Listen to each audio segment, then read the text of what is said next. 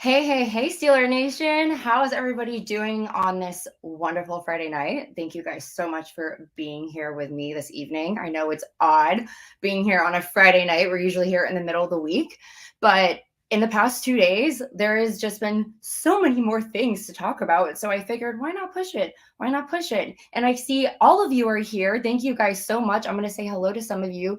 Jared Devil, hello, Steelers fan. Thank you so much for being back. Steelers out west, thank you for joining. Not sure if you've been in here a lot, but thank you for coming back. First time here, Richie. Thank you so much for being here, everybody. It's great to have something to talk about, right? Training camp is here. We are at it, and I have a few people that are going to join me today. How would you like that, guys? Would you like to have some more people to interact with?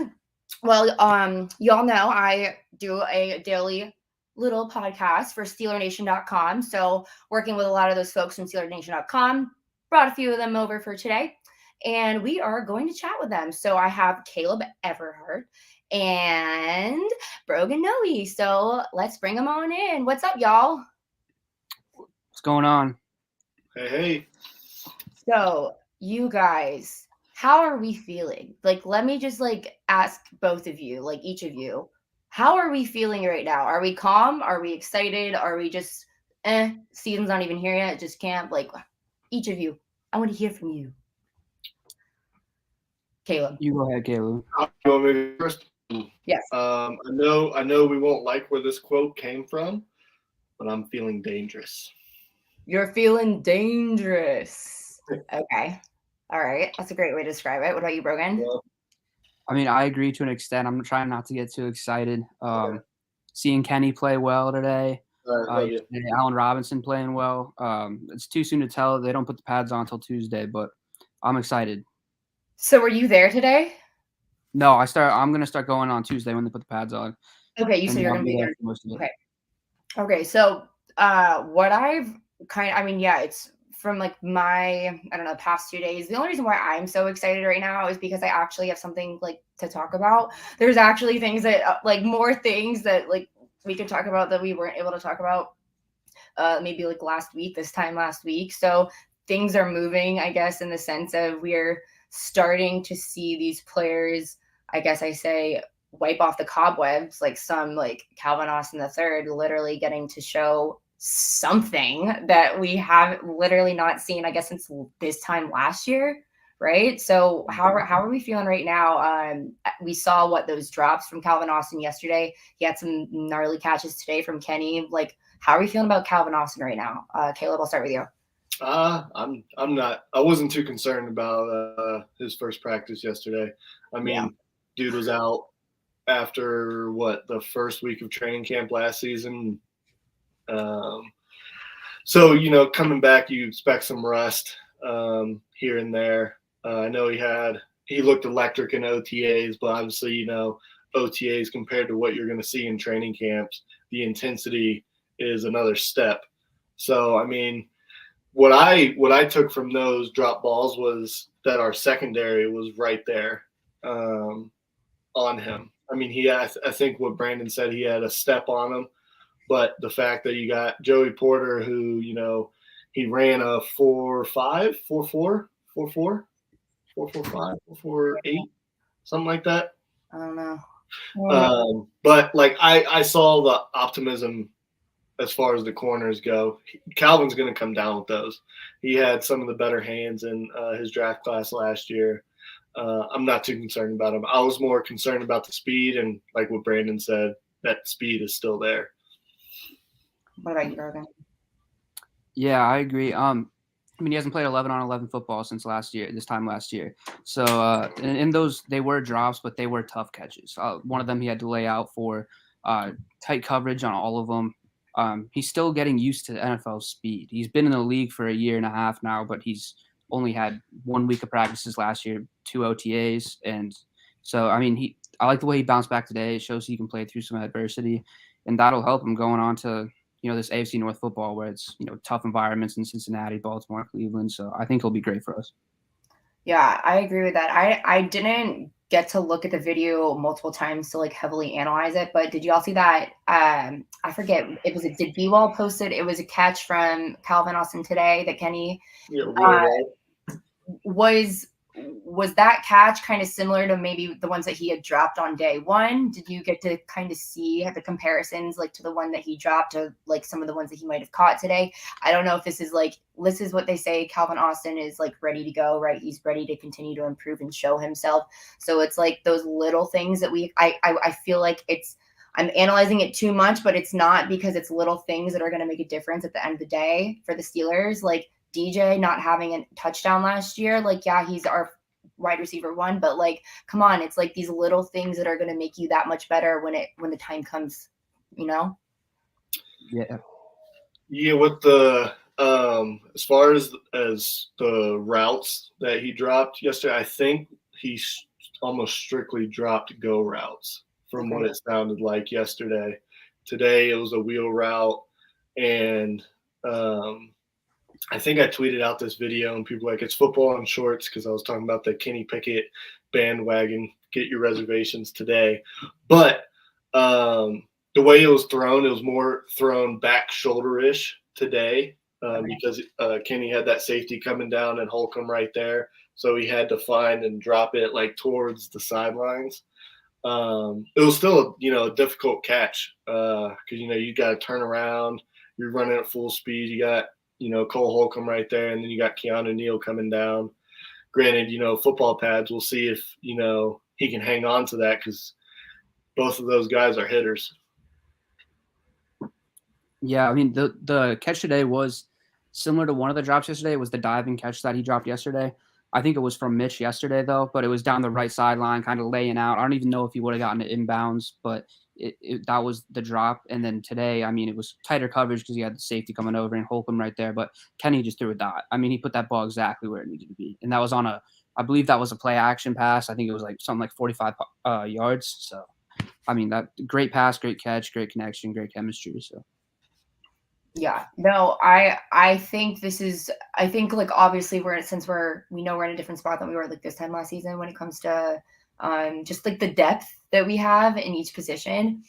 I think just seeing like Calvin Austin and knowing that he's going to actually, well, hopefully really produce for us, we're going to have a lot more depth at that position this season. So are we expecting to see, because I know last season, obviously our run game was getting a little bit better, but this season we're expecting our run game to take off, right? So are we going to expect wide receivers are going to shine more this season, or do we think we're going to see the running back shine more this season, or do you think it's going to be equal, but also to take into account the tight ends? So what do you think we're going to see shine more from our offense? What do you guys think?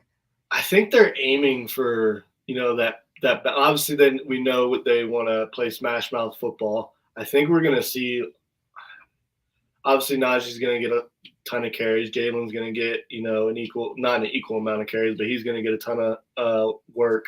But between the wide receivers and tight ends, I could see that splitting right down the middle, because just how dangerous Pat Freiermuth is, how dangerous, Darnell Washington potentially could be. And then you got to think Connor Hayward's in there. He's going to be doing the tight end. He's going to be doing the fullback, the H-back. I mean, he's going to be doing it all. I mean, there's a lot of guys on that offense that deserve the work and deserve the ball. But good luck to Kenny trying to make everybody happy. I know he's okay with, people being upset with him. He's gone out and said that. He was like, I'm going to give the ball whoever gives us the best chance to win.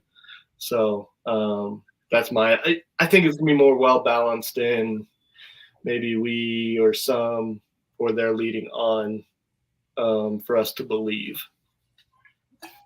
Yeah, I'm definitely looking forward to a more balanced approach from the offense this year. It seems like the past 2 years, it's been, the tail end of Big Ben's career, where it's really short pass game and a lot of run. Like the short passes were all just an extension of the run game. And it seemed like that carried over a little bit into last year, especially with we didn't know who was playing quarterback at the beginning of the season. Even once Kenny got the job, a couple concussions, a couple missed games. So now that we have a full healthy roster, more experience in Matt Canada's offense, I think we can expect to see more passes, trusting Kenny more. And it seems from the videos I've seen, it seems that Matt Canada knows that the middle of the field exists this year. So that's I'm looking forward to it. Surprise. I know, right? Speaking about Canada. No, I was just going to say a lot of people in the chat have been commenting about Canada. So I just want to like kind of touch on these real quick. So you said, Richie says, does anyone have faith in Canada? I think all three of us can agree we're going to have more faith in Canada this season, correct? That we do see that moving forward, this is going to be successful. We got to believe in it, knowing that we have the pieces there, that we will be more successful. If you think we have a chance to make a run in the playoffs and go to the Super Bowl, then naturally you have faith. You have to have faith in Canada. Exactly. So right there. Thank you, Sailor Out West. Shout out to your comment. And then let's just talk about this real quick. Did anybody see that Matt Canada signed a toilet seat? He's a legend for that. Yeah. I saw that. It seems like some a fan out there is trying to get as many players to sign weird objects, and it's the toilet seat for this training camp. So we'll see. There should be some more people signing it tomorrow and throughout the rest of camp. So we'll see. But it was hilarious. I think he's going to use it. Yeah. Especially since he was Matt Canada signing it first. That was hilarious. Yeah. Well, I saw that it was like, is it like a college account? Is this like a college like Steelers account? Because I thought it was like Steelers U. That's why on the toilet seat it said U. There's like a big U. Yeah, I'm not sure like what they're affiliated with. I think it's just a Steelers account, a Steelers fan account. Okay. I think the person that runs it decided to just rock with the toilet seat this year and try to get as many people to sign it as possible. I'm honestly surprised. I don't know. It was just Canada was like, oh, he's calling me like whatever, like bad at my job. And I wonder what that was like. So, and I'm curious to see who else we can get to. No, get out. Absolutely. Yeah, I think it was the Pickensburg account that actually took the picture. Sorry for my daughter's interruption. She doesn't understand when dad is working. All good, understandable. Sorry, I totally lost track right there. We were talking about Canada and this toilet seat and the account that made it, or the account that I think the guy who runs the Pickensburg account, he's at training camp. Okay.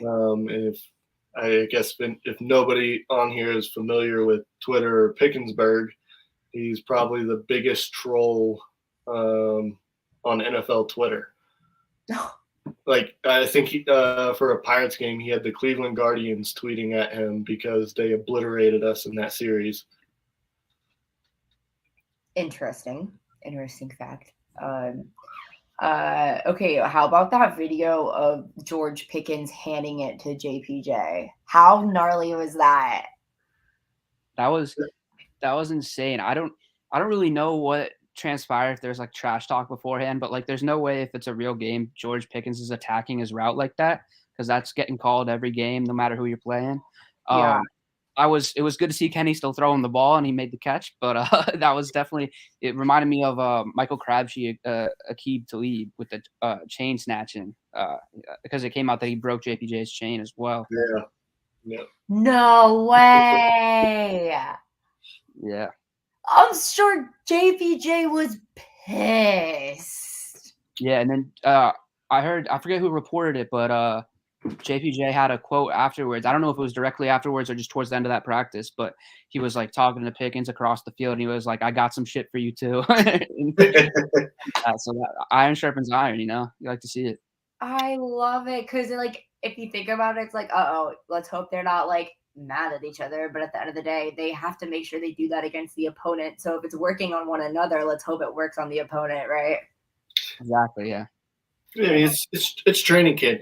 Fights like that are gonna. I mean, it wasn't really a fight. It was George Pickens just doing what George Pickens does. Yeah, iron sharpening iron, because it's like, if you think about it, George Pickens is like big brother, like in the sense of last year it's like the sophomore, like obviously, right? Like the freshman JPJ, and then the sophomore George Pickens. It's like, I was there where you were last year. Like this is what it takes. Like, welcome to the Pittsburgh Steelers. Like glad to be here. Like, I love that. I loved it. I think it'll make JPJ I know that's like George's trademark when it comes to blocking people or just catching them off guard. Usually it's about 5 yards off the line where you're allowed to do it.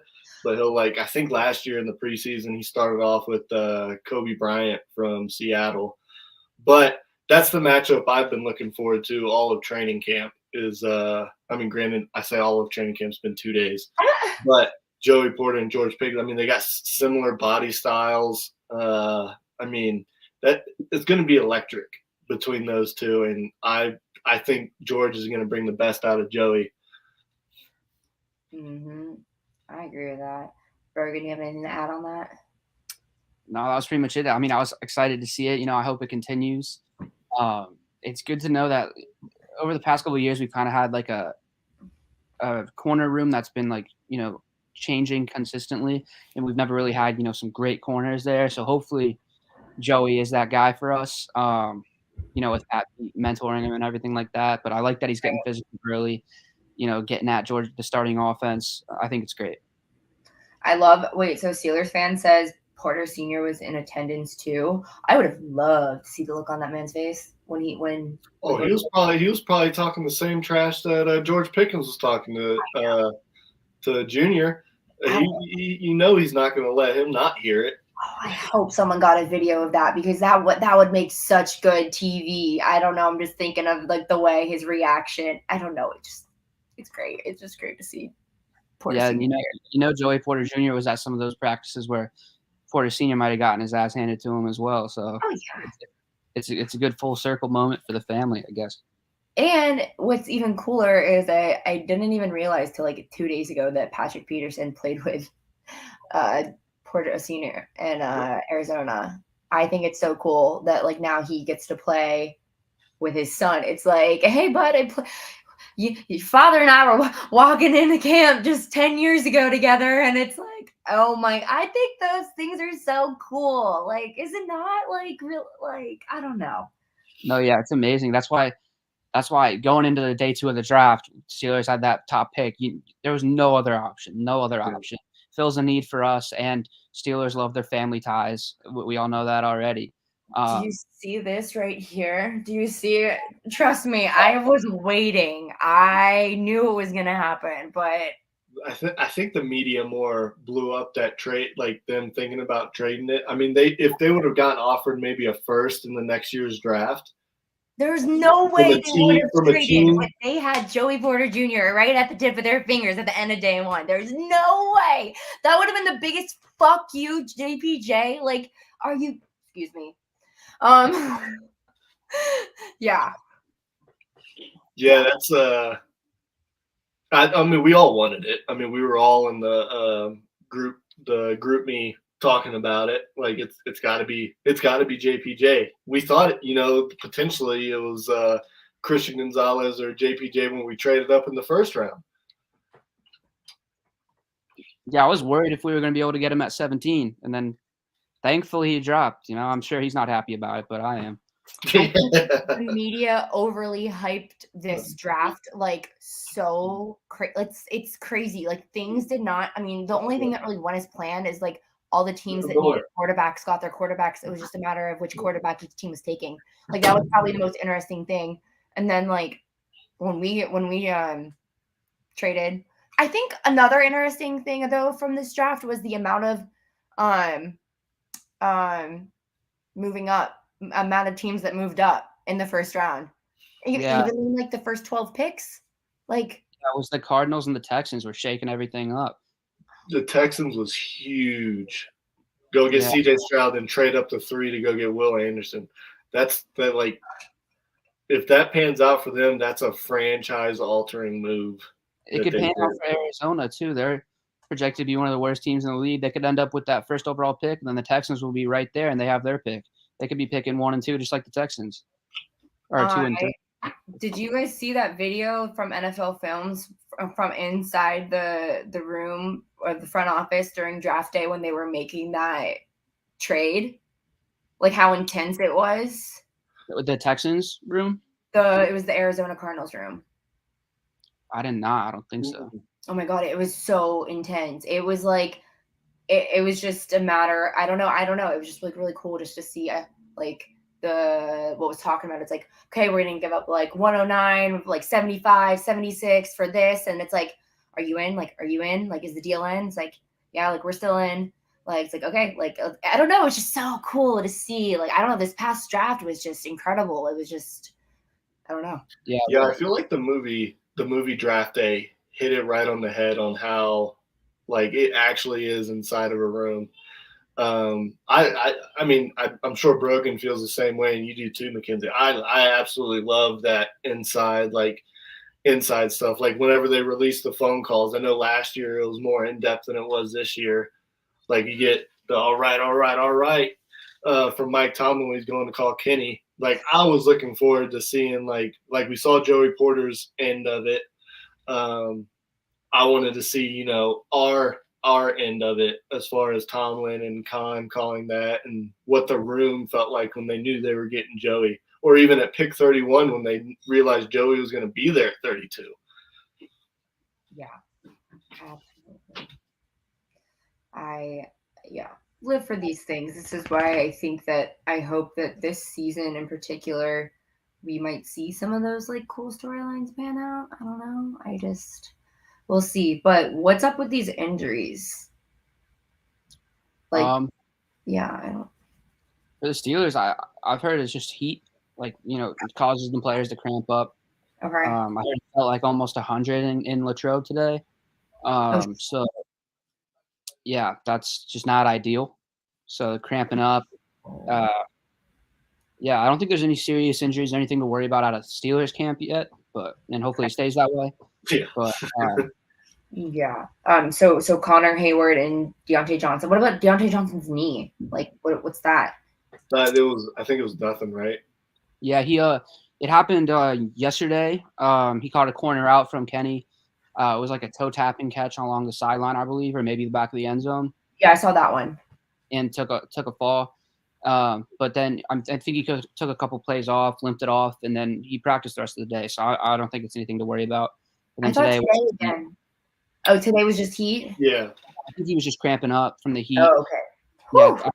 Tomlin came out and said that all three, I think it was DJ, Connor Hayward, and then I forget who else it was. There was DeMarvin Leal.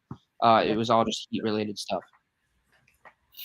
Okay, well, that's great. That's really, really, really good news. We don't need to do that. It would be after that Joe Burrow news yesterday. I was like, just wrap Kenny up in bubble wrap. Knock on wood, y'all. Literally. Keeping my mouth shut. I'm just, hey, old Grizz, welcome. Thanks for showing up. Thanks for coming back, old Grizz. Thanks. He comes every week. We love him. Other injuries, I do feel bad for Joe Burrow, man. I'm happy it's not a long-term thing. But this is, I don't think he's ever had a real training camp in the league. He's had appendicitis last year. Year before that, he was rehabbing the ACL still. Year before that was COVID. And now he has this. So dude is so good and still hasn't gotten a training camp yet. Yeah, well, he had that did you say his ACL was rookie year too? Because, I mean, he did have a training camp. Then, like, week 2, he tore his ACL or something like that. Yeah, but even that training camp was COVID. And then the year after that, he was still rehabbing for the ACL. Yeah. Yeah, you said that in the group meet, right? Yeah. That's right, yeah. Yeah, that's you hate to see that because, I mean, obviously we want the Steelers to win. And, you know, me personally, I'd rather beat a team at their, you know, biggest strength. Yeah, at their best. Rather than, you know, I mean, granted, you know, it's not fair. 3 years ago, we lost to Ryan Finley. Yeah. Yeah. So, I mean, that was right after we were 11-0, lost to the football team at the time, and then we lost one to the Bengals backup. Juju just had a Corvette on all those logos. Yeah, Juju didn't take anything seriously when it comes to superstition and logo. Yeah, respect to the logo, did he? Here's a question I have. Did Juju ruin Chase Claypool? Yes. I think that's definitely a possibility. I also yes, absolutely. Thanks for Joey.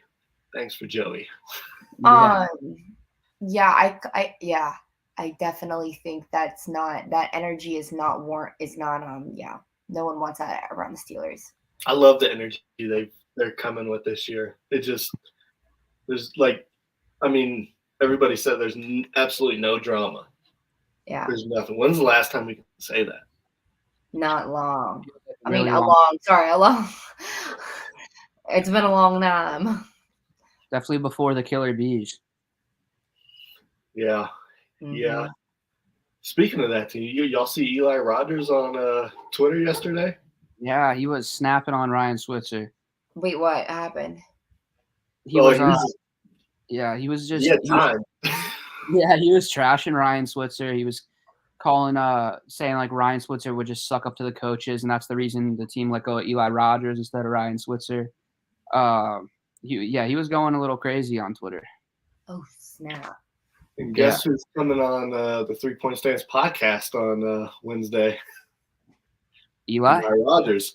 Is that why? No, so we scheduled it beforehand, and then like the next day he started tweeting all this. I was like, oh. You hear that? Everybody, you want to see some drama unfold on Caleb and D Gray's podcast? Tune in next Wednesday? So it'll be released on Thursday. It'll be released on Thursday, y'all. The real reality of the Pittsburgh Steelers.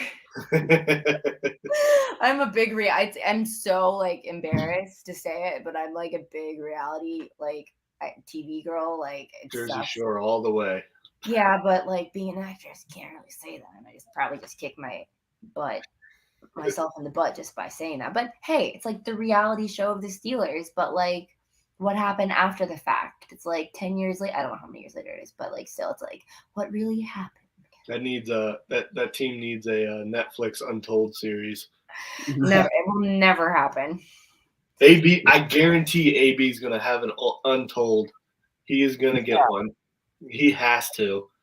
If he steps into Hollywood, I wonder what will happen. He hasn't even been. I'm surprised he hasn't come to LA. I'm like very curious how he would be treated out here. Like he's out. He'd probably make some noise.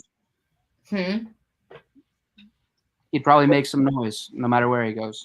God, stay away from me. He's got one good song, right? What is it? What is that song? Put that shit on, and do the dance.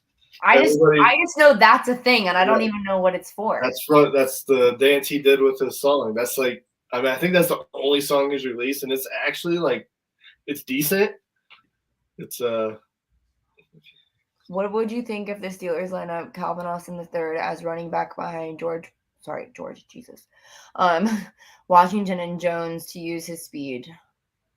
I don't know. He's a little. It's not a bad idea him getting some jet sweeps or something like that, but he's a little too. It would scare me. He's a little too small, coming off an injury. I'd rather see what he can do at his true position before we toss him anywhere else. So I do remember seeing some. I can't remember who said it. It was some former coach or something like that. I think it was a former Memphis coach, actually. But they were talking about how Calvin Austin isn't the same size as Percy Harvin, but as far as the way they play the game and what they can bring to the game, he said Calvin Austin's comparison would be Percy Harvin. And minus the injuries of Percy Harvin, if you're telling me that that's what Calvin Austin's going to be, I will take that. I agree. I wouldn't. I don't see them ever lining him up at running back. The only way that'd be a possibility is a jet sweep to the left side. Yeah. And I think, and speaking of Broderick, I think the writing's on the wall after Dan Moore's first 2 days of getting just blown to pieces by Alex Highsmith. I don't think it's going to be Dan Moore week 1. I think it's like, I'm like the complete opposite. I think it's like a guarantee it's going to be Dan Moore week 1. You think so? Yeah, it's just if you think about it, the first 3 weeks of the season are so hard for the guys up front. We play Nick Bosa, Myles Garrett, Max Crosby. You don't want to put a rookie up against arguably three of the best pass rushers in the league, ruin his confidence before his career even starts. Doesn't Crosby line up on the right side though? He switches, but yeah, but still, it's just I don't know. But even if he does, they got Chandler Jones on the other side, so it's difficult. Yeah, and I just think there's been a lot of reports of Dan Moore showing improvement, like especially during OTAs. I remember them coming out a lot. So it's a good way for the coaching staff to be able to see, where Dan Moore is going up against those top tier competitors. And of course, we're not going to really learn anything too much about, the O-line play when they only have helmets on. They're just pretty much getting their footwork down and playing patty cake. So it's like once Tuesday comes around, we'll start to get a clearer picture of who's really got the step up in that position battle. But as of right now, I think the Steelers will want to play it safe and just keep Broderick on the pine until, the time's right in the season.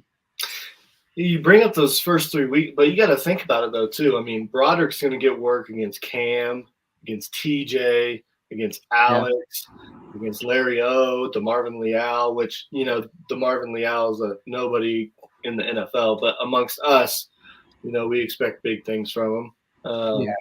I mean, so he's going to get plenty of work in training camp. So if he can handle those guys, I'd be comfortable with him. And who knows if Nick Bosa is even going to play week 1 if they can't come to an agreement. I mean, it's once the pads come on, if that does happen, that would be amazing. Like if he's just some elite left tackle, like just Body and TJ and stuff like that. I mean, that'd be great. But I don't know. It's hard to judge so far because we haven't seen him in full pads yet. Yeah, no, I agree. We won't know anything until the only thing we can really judge right now is the quarterbacks, receivers, and DBs right now. Yeah. Well, that should all pan out, I guess. What, Tuesday? You said pads Tuesday. Yeah. Are they working on Monday at all? I believe so. No, not. I believe Monday's an off day because I know they practice Sunday. Okay, so they're on Sunday. Okay. Yeah, the pads are on Tuesday, but they are practicing on Sunday. Yeah. Sorry. They're practicing. Okay. Yeah, I think they usually take a break or an off day the day before pads. They're probably getting used to like getting onto that schedule of having Monday off, right? I would imagine that's probably part of the curriculum.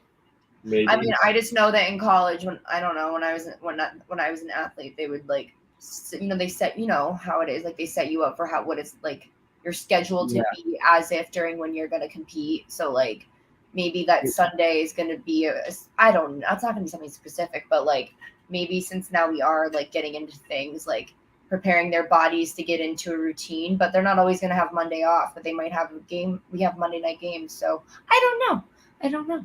Yeah, I think Tuesdays are the days off in the NFL at least. So I don't know. I don't think I think just getting them in a routine, probably take Monday to watch some film, get the guys right, go over the team rules, lay off the quarterback. Don't try to take anybody's head off, but still be competitive, stuff like that. All right, that makes sense. Yeah. That makes lots of sense. Let's see. Is there anything else you guys wanted to talk about or touch on? I did see some comments about Allen Robinson in there, and I think he's going to be the difference maker as far as Matt Canada opening up the playbook. Because he hasn't had – I mean, granted, he had Juju. I mean, he was hurt all that year, his first year as offense coordinator, but we still weren't really running his offense. So he hasn't really had a true slot receiver of that ability. I mean, Steven Sims was nice last year, but let's be honest, he's not Allen Robinson. I mean, Allen Robinson at his best is a top 15 receiver in the NFL, in my opinion. Yeah, I agree. And I saw something earlier today. It was like because Allen Robinson's going to be in wide receiver 3 most likely, playing a lot of slot. I saw some people getting into it on Twitter. They were like, someone was trashing Allen Robinson for whatever reason, even though he had a great day today, saying that it's a real step down at wide receiver 3 than what we had last year. And last year, I think we had Steven Sims barely had 100 yards receiving at the 3. Gunner had like 49. Cody White had 2 yards. Like we didn't have a wide receiver 3 last year, so it's the completely difference is depth. Yeah. yeah. So now we have Allen Robinson, could be a wide receiver 1 on a really bad team. Obviously, it didn't work out in LA last year, but that was just that was a mess in LA last year, regardless with Stafford getting hurt, Kupp getting hurt, and all that. But I think he's really going to take a step up this year and be an X factor and be a really reliable target, real reliable bet for Kenny to throw the ball to. And the big thing with Allen is his roommate is George Pickens. And if you want George Pickens to be influenced by anybody on that team, it's going to be Allen Robinson. I love that they did that. I think that's awesome. I think that's such a Mike Tomlin. Like they totally why not? Why not? Right? Yeah, Mike Tomlin's always playing games like that with the rooming situation. And here's another tip why I think Broderick's going to start week 1. I know we talked about this like 5 minutes ago, but his roommate is Isaac Seumalo. Yeah, he's the veteran in the offensive line room, but that's also the guy he's going to be playing next to, the guy he's going to be communicating with the most. Why am I not surprised? Wait, let me guess. Is TJ rooming with Nick Herbig? I don't know. Let me guess. TJ's probably got his own room. Sorry, it's just a pattern that I'm noticing. You're putting Isaac and Broderick together. You're putting Pickens and Robinson together. You know, Nick and TJ are friends because of Wisconsin and all that stuff. So yeah, I mean, I could see it. I imagine TJ does have his own room though. All those guys like him, Minka, and you know the high paid guys, they probably got their own little suite going on at St. Vincent. But that's so I don't know. funny. I could see Nick Herbig maybe being with Highsmith or something like that, or maybe even Marcus Golden. You know, he's a underrated signing we had coming off the edge this year. He hasn't been a all pro guy by any means, but he has had a couple double-digit sack years. He has been productive in the league. You know, he's been in the league for, I want to say he's going into his 9th or 10th year, so that could also be an option. And Herbig's looked explosive per reports. I'm excited to see how that comes to fruition because obviously we know Marcus Golden can play. It might be a battle for that LB3 spot. Yeah. But I mean, even if Herbig and Golden both pan out, I mean, I obviously I think we'd love that because we know how much we rotate in and out to keep them fresh for the fourth quarter. That'd be great. Yeah, I saw him taking a page out of TJ's book today too. I saw he batted one of Kenny's passes down at the line. Nick Herbig did. So you know how TJ's always do. Sometimes it doesn't even look like TJ's trying to rush the pass, or he's sitting there waiting for that ball to come. He's a ball hawk at the line of scrimmage. So he's got like 4 interceptions doing that. Yeah, I love it. I love it. And real quick before we bounce, what do y'all think about this running back situation when, you know, thinking about the future of Najee and then seeing Najee really start to voice his opinions about the situation and kind of sticking up for his fellow running backs around the NFL? What do y'all think about what's going on with that? I think the Steelers have shown that they're not afraid to pay running backs. They offered the contract to Le'Veon.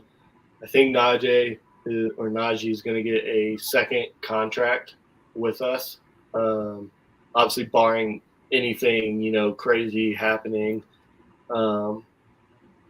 I think it's going to happen. I mean, I think we talked about this last week when I came on your show. I think it's going to happen. No, pay the running back. I mean, other than Le'Veon, our previous 2 starting running backs were there for 8+ years between Jerome Bettis and Willie Parker. I think I'm not missing anybody between that. I know we had that 2 years stretch with Isaac Redman, and we were rotating in guys in and out. I really thought he was going to be something, though. Yeah, we had Rashard Mendenhall. Yeah, Rashard Mendenhall. Yeah, well, we know why that didn't pan out, but let's go. Yeah, but I mean, the running back situation is difficult. I mean, Omar Khan yesterday in his presser, he said something along the lines of, quarterbacks keep getting paid as much, and then with each one resetting the market of quarterbacks, despite the injury, Joe Burrow is going to sign probably in the next couple of weeks and be the highest paid player in NFL history. So, I mean, it's a lot. So, I mean, the Steelers also still have 2 years on Najee's contract, and then after this season, we decide on the 5th-year option, which I'm sure they'll pick up.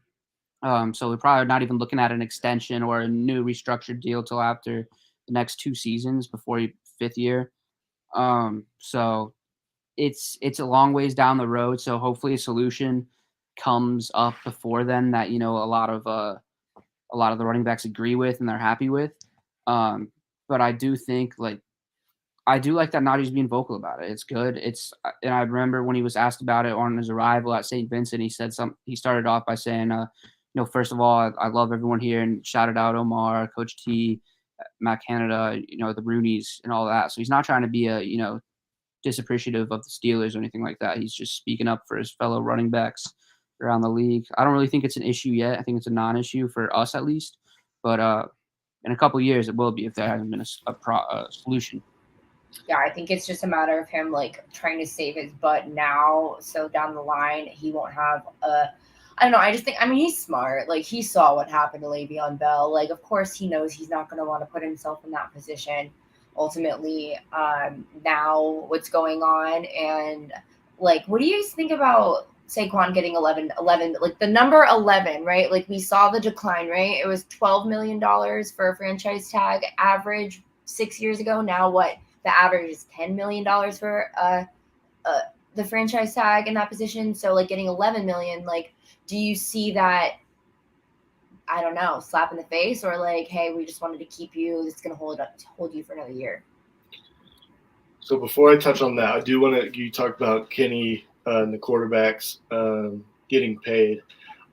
My hope is that Kenny is, and no, he's not married to the highest grossing supermodel of all time, but he's willing to take less so he can have more, Brogan, so he can have more. We were here on McKenzie's show.